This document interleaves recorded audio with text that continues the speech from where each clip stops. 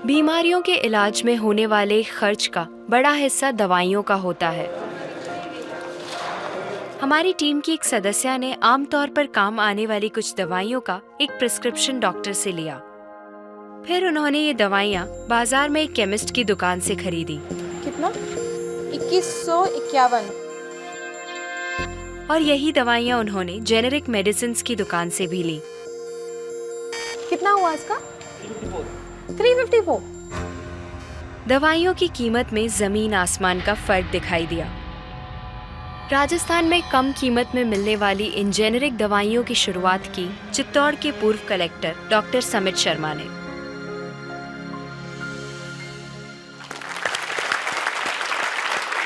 Doctor समित, मुझे बताइए कि ये कैसा मुमकिन है कि हमारी जो कॉरेस्पॉन्डेंट थी वो वही दवाइयाँ उन्होंने 2000 कीमत में उनको मिली एक दुकान में, और जो जेनरिक मेडिसिन है उस दुकान में जब गई तो उनको कम में मिली, 300 में मिली। ये कैसे मुमकिन है?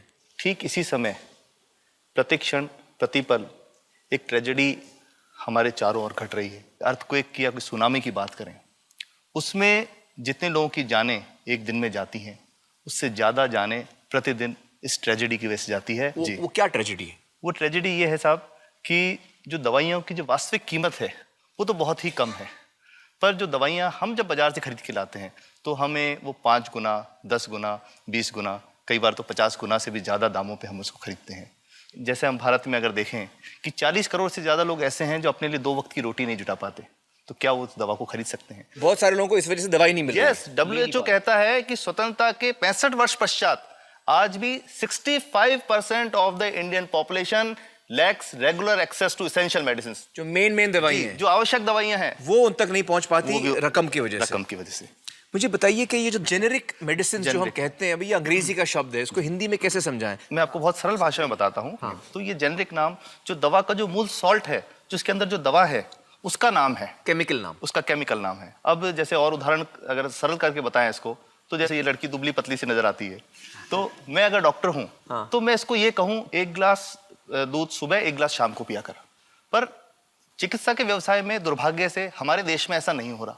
हम ये नहीं कहते कि आप भैंस का दूध लेके आइए, हम कहते हैं कि वो रामू की भैंस का दूध लेके आना। यही ब्रांडिंग है। ये जब उसकी दुकान पे जाती है वो कहता है 500 रुपये लीटर है, लेना है कि नहीं लेना। तो जो 30 रुपए की चीज़ है वो 500 रुपये में मिलती है। तो अगर मैं डायबिटीज़ की दवा ले रहा हूँ और अगर मैं ब्रांडेड दवा लेता हूँ तो मुझे कितने की पड़ेगी? जैसे एक 117 रुपये में भी है, 117 रुपये में मिलती है। और अगर वही चीज़ हम उसके जेनेरिक मेडिसिन के नाम से लें तो वो कितने की बनती है? वो मात्र 1 रुपये 95 पैसे में 10 गोली मिलती है।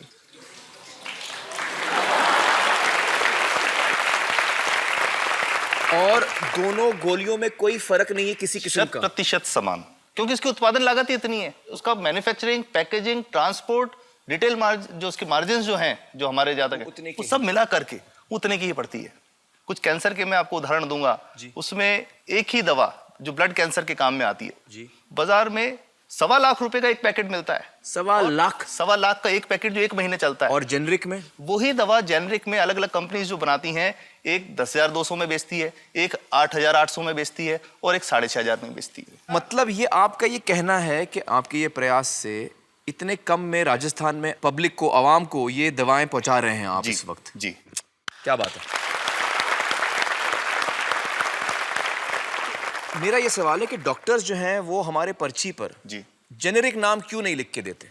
क्यों लिखते हैं वो ब्रांडेड? जाने नहीं देंगे बाहर फिर? नहीं, सब जाने देंगे।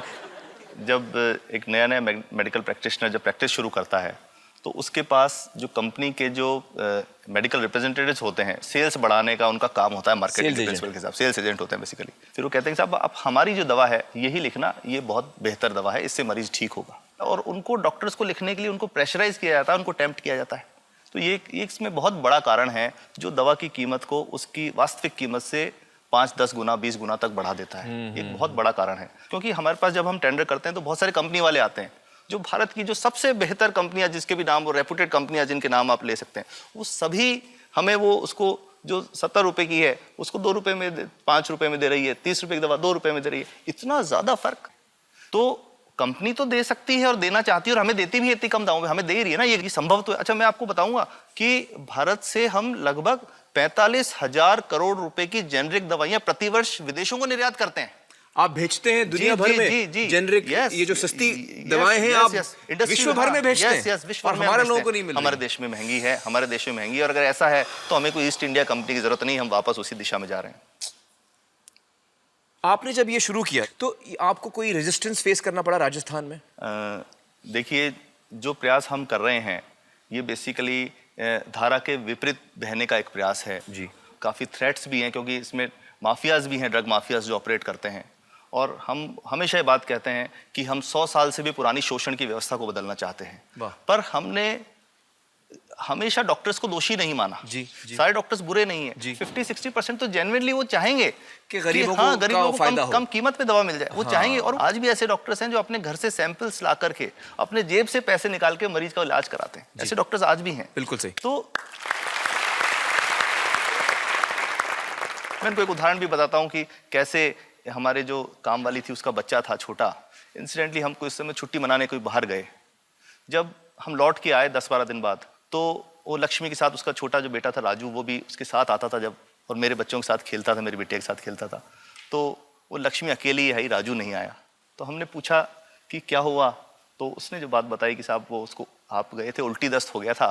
उल्टी दस्त की बीमारी के लिए वो जब दवा लेने गई तो केमिस्ट ने उसको कहा कि इसके तो 400 रुपये लगेंगे। तो उसने कहा साहब मैंने खूब मांगा, मेरे पास 400 रुपये मुझे नहीं थे, और मेरा बच्चा रात को ही उसको दस्त आते रहे, वो ख़त्म हो गया। और मैं आपको ये कहना चाहता हूँ कि वो जो दवा लिखी थी कि वास्तव कीमत 1.5-2 रुपये ही है, तो वो बच्चे की जान बच सकती थी। 65 वर्ष के बाद भी अगर कोई बच्चा उल्टी दस्त से मर जाए तो मैं नहीं समझता इससे शर्मनाक बात कोई हम लोगों के लिए हो सकती है। और सबसे बड़ी बात कि इसे आसानी से बदला जा सकता है। हमें सबको एक समन्वित, एक संगठित प्रयास करने की जरूरत है।